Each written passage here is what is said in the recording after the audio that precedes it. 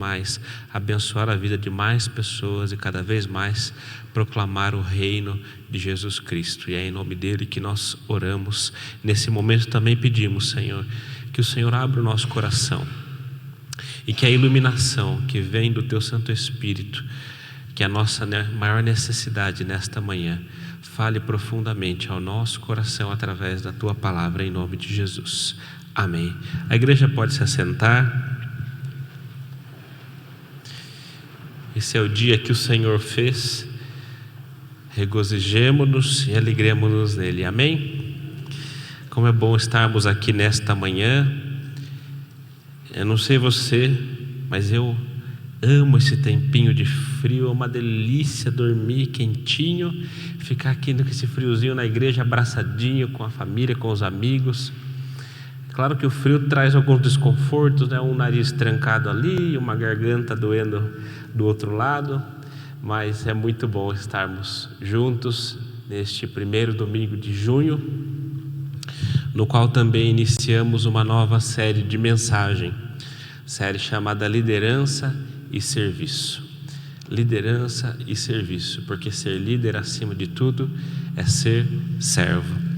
Nós estamos iniciando essa série porque também vivemos um momento especial na vida da igreja, um momento no qual nós nos preparamos para a eleição do presbiterato, no qual nós vamos votar e eleger um novo conselho para a igreja, alguns presbíteros reeleitos, talvez novos entrando, e todo esse momento tão importante na vida da igreja nos leva a refletir, a meditar sobre o que a palavra de Deus tem para nos dizer a respeito deste tema, liderança e serviço. Então nós vamos iniciar hoje com esse tema, Pedro e o nascimento da liderança. Pedro e o nascimento da liderança. Eu convido você para localizar o livro de Atos dos Apóstolos, capítulo 2, nós vamos ler do versículo 14 até o versículo 24. Atos 2, do 14 ao 24, o texto será projetado e diz assim a palavra do Senhor. Então Pedro se levantou junto com os 11 e, erguendo a voz, dirigiu-se à multidão nestes termos: Homens da Judéia e todos vocês que moram em Jerusalém, tomem conhecimento disto e prestem atenção no que vou dizer. Estes homens não estão bêbados, como vocês estão pensando, porque são apenas 9 horas da manhã. Mas o que está acontecendo é o que foi dito por meio do profeta Joel. E acontecerá nos últimos dias, diz Deus, que derramarei o meu espírito sobre toda a humanidade. Os filhos e as filhas de vocês profetizarão. Os seus jovens terão visões e os seus velhos sonharão. Até sobre os meus servos e sobre as minhas servas derramarei o meu espírito naqueles dias e profetizarão. Mostrarei prodígios em cima no céu e sinais embaixo na terra, sangue, fogo e nuvens de fumaça. O sol se transformará em trevas e a lua em sangue, antes que venha o grande e glorioso dia do Senhor. E acontecerá que todo aquele que invocar o nome do Senhor será salvo. Israelitas, escutem o que vou dizer. Jesus, o Nazareno, homem aprovado por Deus diante de vocês com milagres, prodígios e sinais, os quais o próprio Deus realizou entre vocês por meio dele, como vocês mesmos sabem. A este, entregue conforme o plano determinado e a presciência de Deus, vocês mataram, crucificando-o por meio de homens maus. Porém, Deus o ressuscitou, livrando-o da agonia da morte, porque não era possível que fosse retido por ela. Palavra do Senhor. Amém? Despertando a liderança que há dentro de nós. Quando nós falamos nestes termos de liderança, talvez nós possamos pensar, alguns de nós possam pensar, mas eu não sou líder, eu não tenho nenhum cargo na igreja, eu não tenho nenhum cargo no meu trabalho, eu sou apenas um funcionário, eu apenas sou um membro da igreja ou sirvo em algum ministério, mas eu não sou líder. Então, será que essa mensagem tem a ver comigo? Será que essa mensagem tem algo para falar ao meu coração? E certa vez eu estava lendo um livro sobre liderança. John Maxwell, uma das autoridades globais sobre o assunto liderança, ele diz o seguinte, que todos nós temos capacidade de liderar e todos nós, consciente ou inconscientemente, exercemos a nossa liderança. E a nossa liderança, ela é extremamente importante para potencializar todas as nossas outras atividades. E ele deu um exemplo. Suponhamos que eu seja um professor. Suponhamos que, avaliando todo o meu trabalho como professor, estritamente o trabalho de professor, eu teria uma nota 8. Sou um professor com uma boa nota, uma nota 8. Mas suponhamos que eu tenha uma capacidade baixa de liderança. Eu não aprendi o que é liderança, eu não aprendi o que é ser líder. De forma que, se fossem medir a minha capacidade de liderar, a minha nota seria 5 ou 6. Pois bem, então a sua nota como profissional no total não é 8. A sua nota é 5 ou 6. Porque a sua capacidade de liderar se torna o teto da sua capacidade de exercer qualquer outra profissão. Só que suponhamos o contrário, que você seja um professor nota 7. Mas você seja um líder nota 8, 9. Você sabe muito de liderança. A sua capacidade de liderar supre as suas fraquezas em outras áreas. Então você, como profissional, não vai ser um profissional nota 7, mas vai ser um profissional nota 8 ou 9. Porque a sua capacidade de liderar aumenta o potencial de você exercer todas as outras tarefas. E quando nós aprendemos sobre liderança, a gente entende que liderar nada mais é do que inspirar, motivar e instigar outras pessoas a seguir em uma determinada direção. Ora, o papel, por exemplo, no exemplo que eu estou dando, de um professor não é exatamente a mesma coisa? Lembro de tantos professores, por exemplo, só para continuar no exemplo que estou dando, tantos professores que tive que foram e ainda são inspirações para que eu escolhesse os rumos que eu escolhi para a minha vida. Mas não somente na profissão, mas, por exemplo, você que é pai e que é mãe, você não tem o dever e a responsabilidade de inspirar os teus filhos? Tenho convicção que qualquer pai ou qualquer mãe gostaria que os filhos obedecessem, que os filhos seguissem os conselhos, não por medo, não por temor da autoridade, mas por inspiração.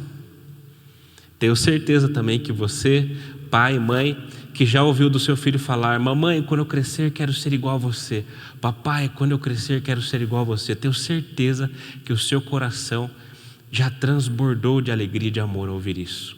O Daniel falou para mim esses dias, na linguagem dele: ah, papai, que é papapá. Eu entendi, eu sei, você quer ser igual ao papai quando você crescer. Eu também amo você. O que é isso? Isso é inspiração. Isso é servir de referencial. Isso é apontar a direção, é dar um norte. Por isso que eu estou iniciando essa palavra dizendo: todos nós precisamos despertar o potencial de liderança que há em nós. Porque se você não se encaixa em nenhum dos exemplos que eu dei, a partir do momento que você tem Cristo dentro de você, você deve servir de motivação, de inspiração e de luz para esse mundo que não conhece a Cristo. E nós, olhando para esse personagem de hoje, nós vemos a história de um ícone da igreja, o apóstolo Pedro, de pescador a pastor. Nós temos 2 Pedros na Bíblia. Nós temos o Pedro de antes e depois.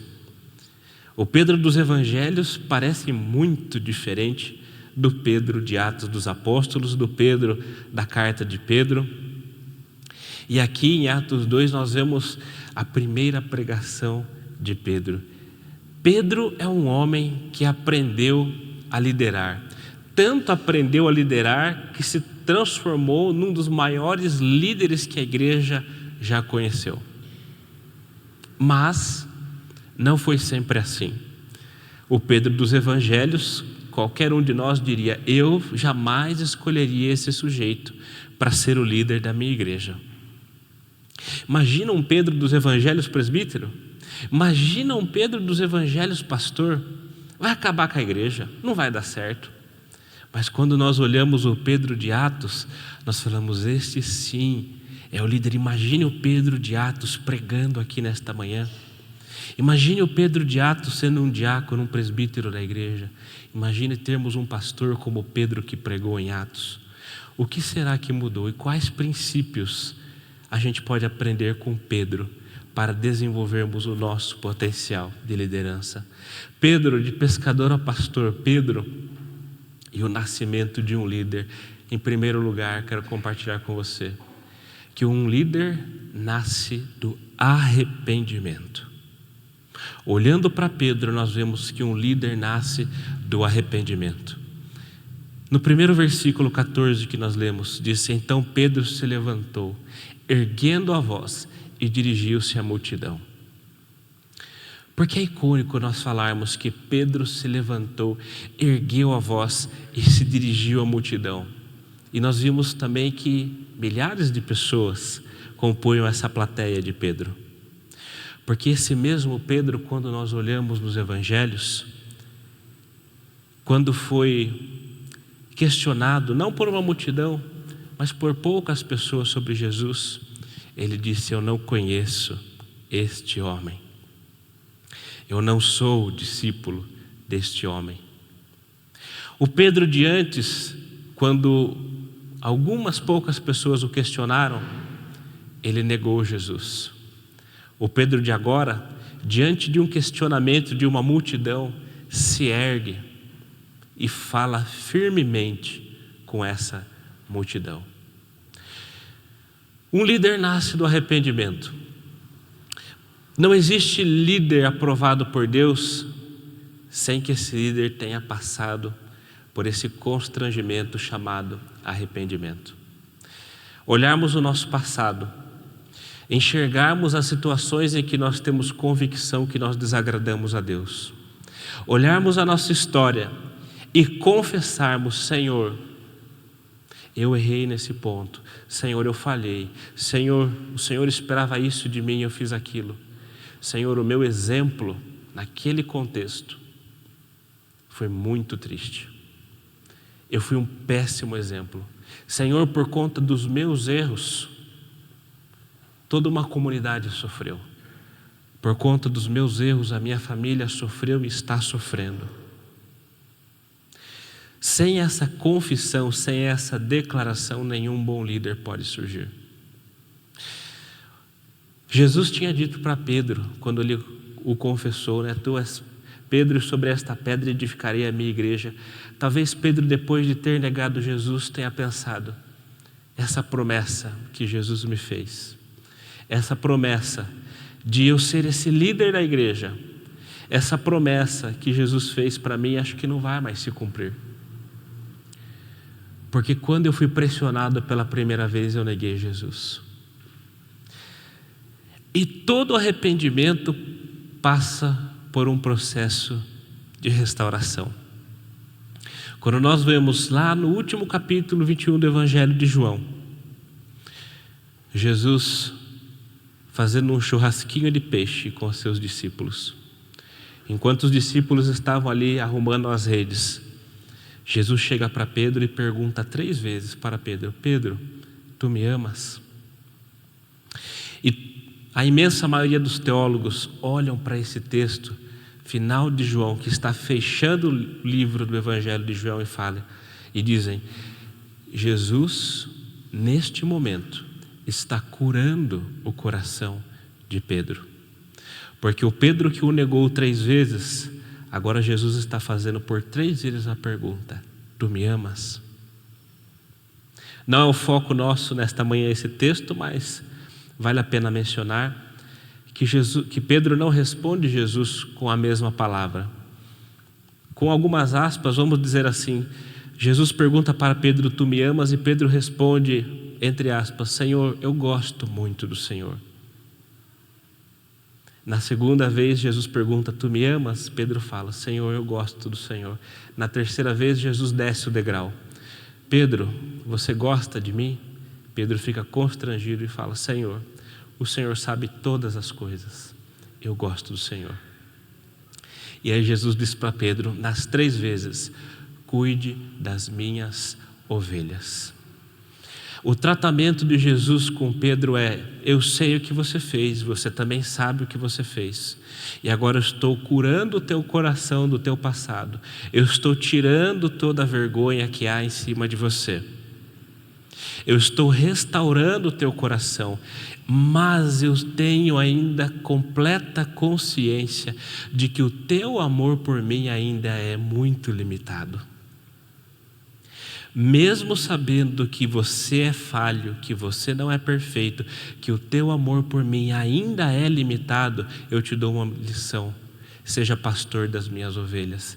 E o Pedro de Atos 2 se levanta como um verdadeiro pastor em alta voz e se dirige a milhares de multidão, pregando corajosamente, sem medo, pregando com convicção, porque sabe que foi curado por Jesus.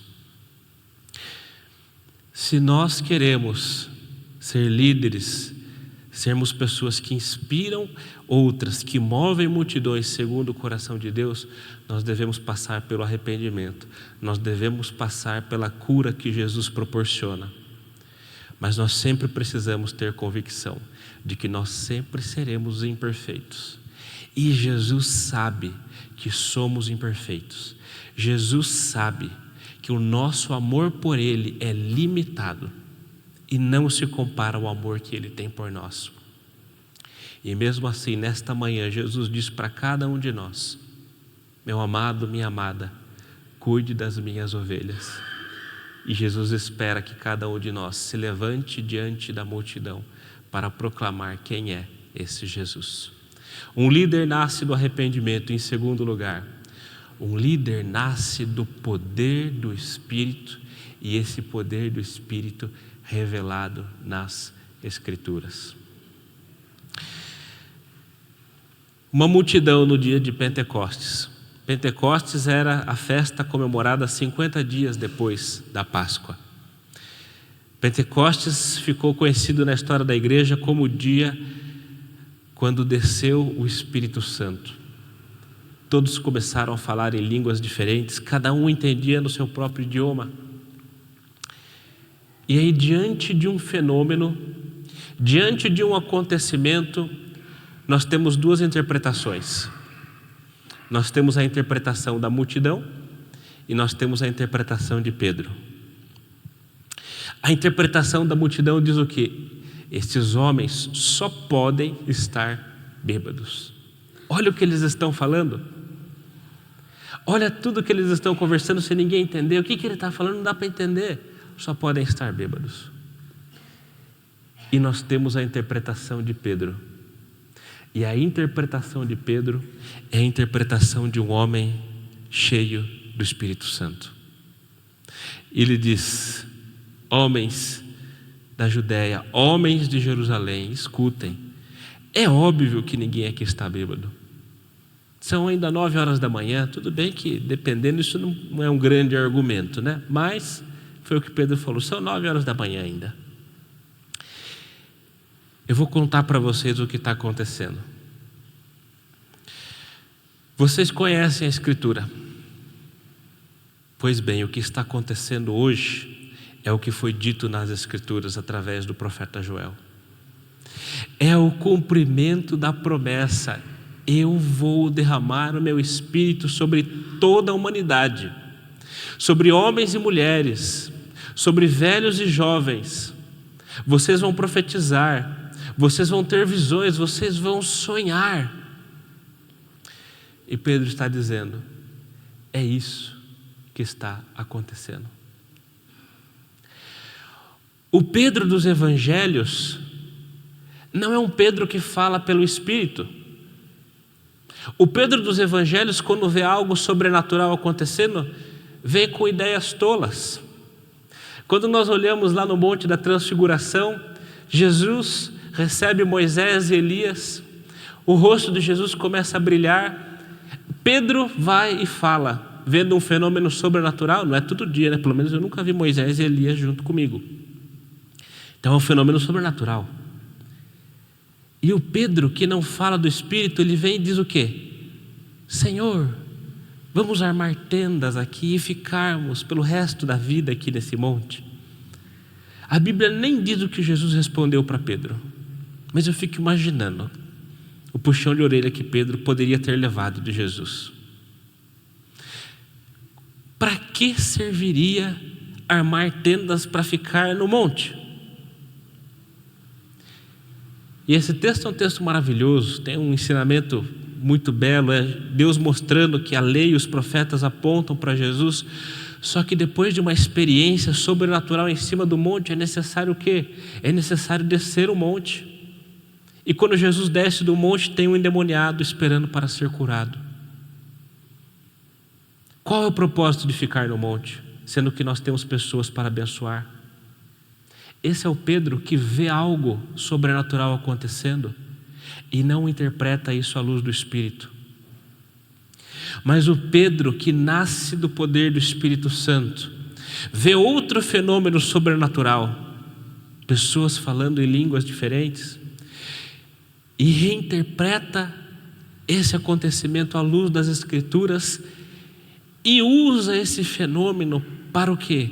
Para abençoar as pessoas. Para nós é um pouco difícil entender o porquê disso. Nós vivemos 2000 anos depois desses acontecimentos. Nós não somos o povo de Israel. Nós não esperamos a promessa que Deus fez a Israel ansiosamente, porque nós cremos que Jesus já veio, a promessa já se cumpriu. Só que eu quero que você exercite um pouco a sua imaginação e tente se colocar no lugar de um homem, de uma mulher, ali em Jerusalém, lá naquele ano, no primeiro século. Pense que a história do seu povo foi marcada por desastres. A história do seu povo foi marcada por opressão. A história do seu povo foi marcada por diversos exílios. A história do seu povo foi marcada por insultos à sua religião e ao Deus que você serve. A história do seu povo foi marcada por escravidão, por fome. E existe uma promessa. E essa promessa diz que um dia seria possível sonhar de novo. Um dia seria possível ter visões de novo. Um dia seria possível nós termos a expectativa de que realmente a salvação do Senhor veio. Um dia isso iria acontecer. Nesse dia o Espírito do Senhor seria derramado. Séculos essa profecia havia sido dita. E você faz parte de um povo que anseia por um dia, você não tem nem ideia do quando, mas um dia você sabe que isso vai se cumprir. Um dia o poder de Deus vai ser derramado. Um dia nós não seremos mais vítimas dos diversos exílios. Um dia o nosso Deus não vai mais ser profanado, porque Ele vai se revelar em poder. Um dia, tanto velhos quanto moços, tanto homens quanto mulheres vão ser cheios de poder para manifestar esse poder do nosso Deus. Quando isso vai acontecer? Não sabemos. Já faz séculos que esperamos, mas um dia isso vai acontecer. E Pedro está dizendo para essas pessoas: esse dia, pelo qual vocês tanto esperam, esse dia chegou. Vocês podem crer nesse Deus que promete e cumpre as suas promessas, porque esse é o dia que se cumpriu as palavras do profeta Joel. O que vocês estão vendo aqui é o Espírito Santo, é o Espírito do Senhor agindo sobre todas essas pessoas. Eu não consigo nem imaginar o sentimento daquelas pessoas ao ouvirem que a promessa do Senhor se cumpriu. Isso foi tão impactante que nós temos milhares de pessoas batizadas nessa primeira pregação de Pedro. Um líder nasce do Espírito, amados, porque Deus continua se manifestando e falando o tempo inteiro. E assim como os cidadãos de Jerusalém e da Judéia, Tem muitas pessoas aí fora que precisam de um consolo, precisam de uma palavra dizendo que é possível sonhar, precisam de uma palavra que diz que é possível ter libertação, precisam de uma palavra que diz: Deus é poderoso, é fiel e cumpre as suas promessas. E nós precisamos de líderes cheios do Espírito Santo para interpretar, para dizer, para mostrar que Deus está agindo, está falando, e trazer essa palavra de conforto, essa palavra de consolo para uma multidão que sofre. Quantos exílios ainda nós vemos aqui? Quantas pessoas ainda vivem cativas? Deus está levantando líderes para proclamar libertação às pessoas que estão aqui hoje à nossa volta e vivem verdadeiras prisões no coração pelo poder do Espírito Santo. Um líder nasce do arrependimento, um líder nasce do Espírito. Em terceiro e último lugar, um líder nasce da centralidade de Cristo. Israelitas, escutem o que eu vou dizer. Jesus, o Nazareno. E aí Pedro conta a história de Jesus, homem aprovado por Deus. Vocês viram o que ele fez, vocês viram os milagres dele, vocês viram que ele é um homem aprovado. Pois bem, esse homem vocês mataram. Homens maus, vocês crucificaram esse Jesus. Só que Deus não deixou esse Jesus morto. Deus o ressuscitou. A gente pode ver essa centralidade de Cristo na liderança de Pedro de diversos aspectos. Mencionei anteriormente que Pedro havia confessado que Jesus era o Cristo, o Filho do Deus vivo. Jesus fala para Pedro: tu és Pedro, e sobre esta pedra edificarei a minha igreja, e as portas do inferno não prevalecerão contra ela. Só que logo após Pedro confessar que Jesus é o Cristo, o que Jesus faz com os seus discípulos? Isso está lá nos evangelhos de Mateus, Marcos e Lucas. Logo após Pedro confessar: tu és o Cristo, o Filho do Deus vivo, Jesus reúne seus discípulos e diz tudo o que iria acontecer com ele.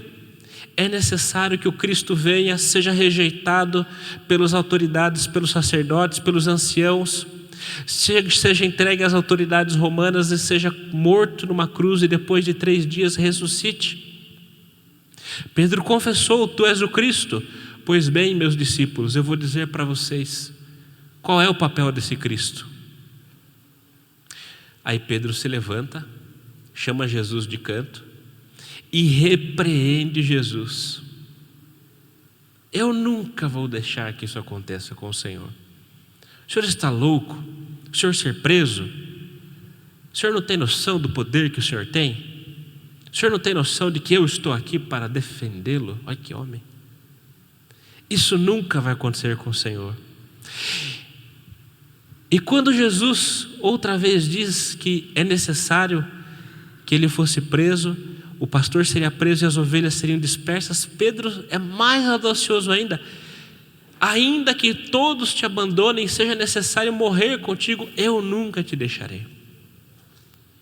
E aí quando Pedro repreende Jesus, Jesus chama Pedro e fala: fique longe, Satanás, porque você está falando como homem e não entende nada das coisas de Deus.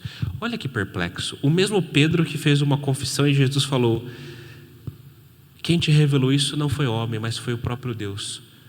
Instantes depois, Jesus fala para Pedro: você está falando como homem e não está mais falando palavras que vêm de Deus.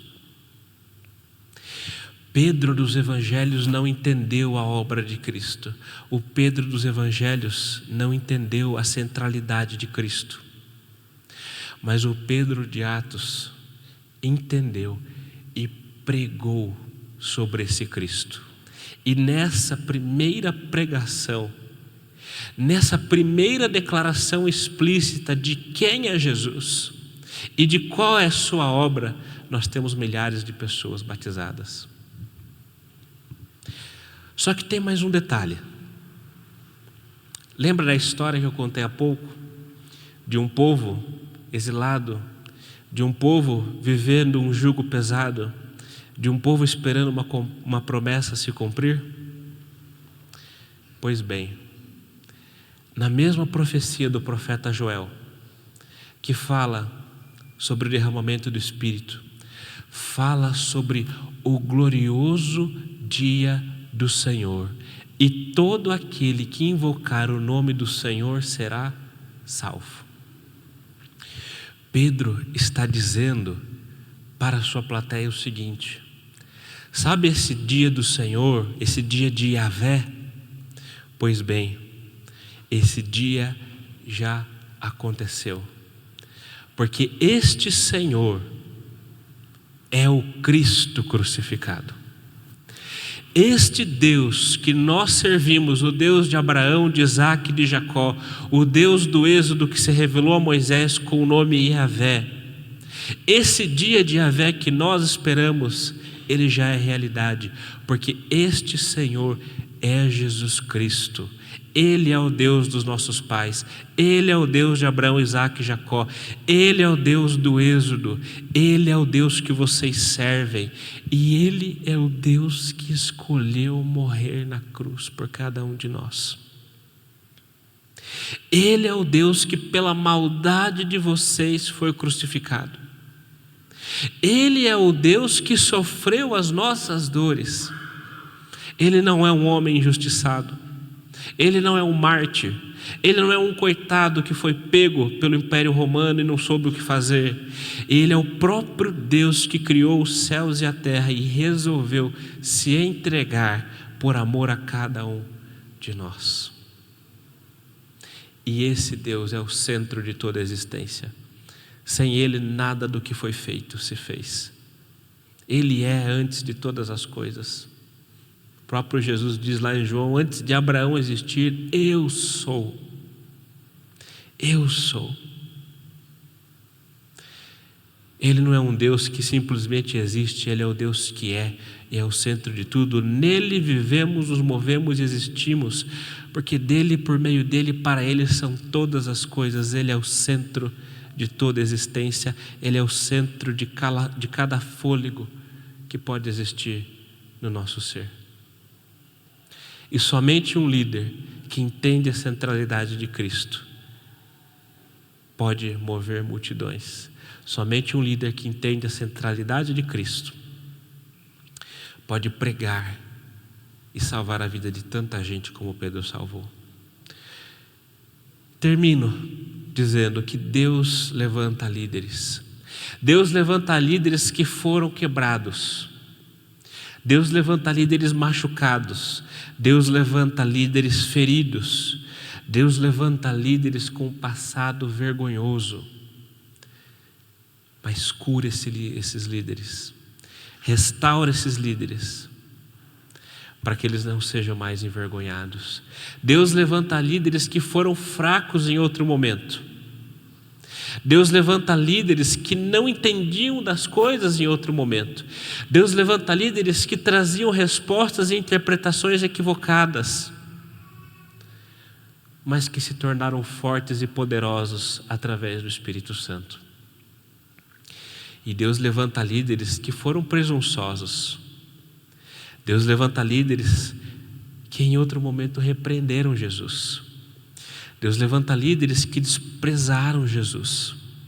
Deus levanta líderes que falam que Jesus foi simplesmente um bom ser humano, que fala que simplesmente Jesus foi talvez um profeta, ou um grande ícone, ou um grande revolucionário, que no passado não entenderam o que era o Cristo, mas que hoje compreendem a centralidade de Jesus. E somente líderes que vivem a centralidade de Jesus são pessoas que transformam multidões. Se eu e você queremos ser inspiração, queremos ser mobilizadores do nosso trabalho, da nossa casa, da nossa igreja, da nossa vizinhança, partamos desses princípios e, assim como Pedro, sejamos de pescador a pastor, de líderes desaprovados para líderes aprovados por Deus. Amém? Feche teus olhos, eu quero orar com você. Senhor, nós olhamos essas pessoas que o Senhor amou aqui na Tua palavra, e quanto essas histórias se parecem com a nossa história.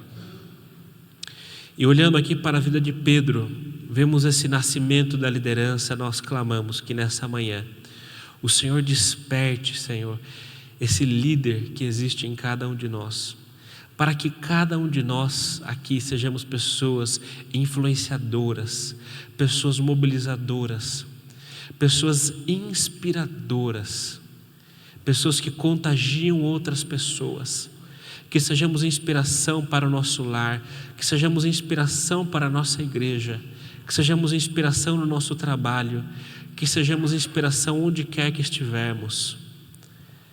E através do arrependimento, do poder do Espírito e da centralidade de Cristo, sejamos líderes segundo o Teu coração, para a honra e glória do Teu nome e para a proclamação do reino de Jesus é que nós oramos. Amém.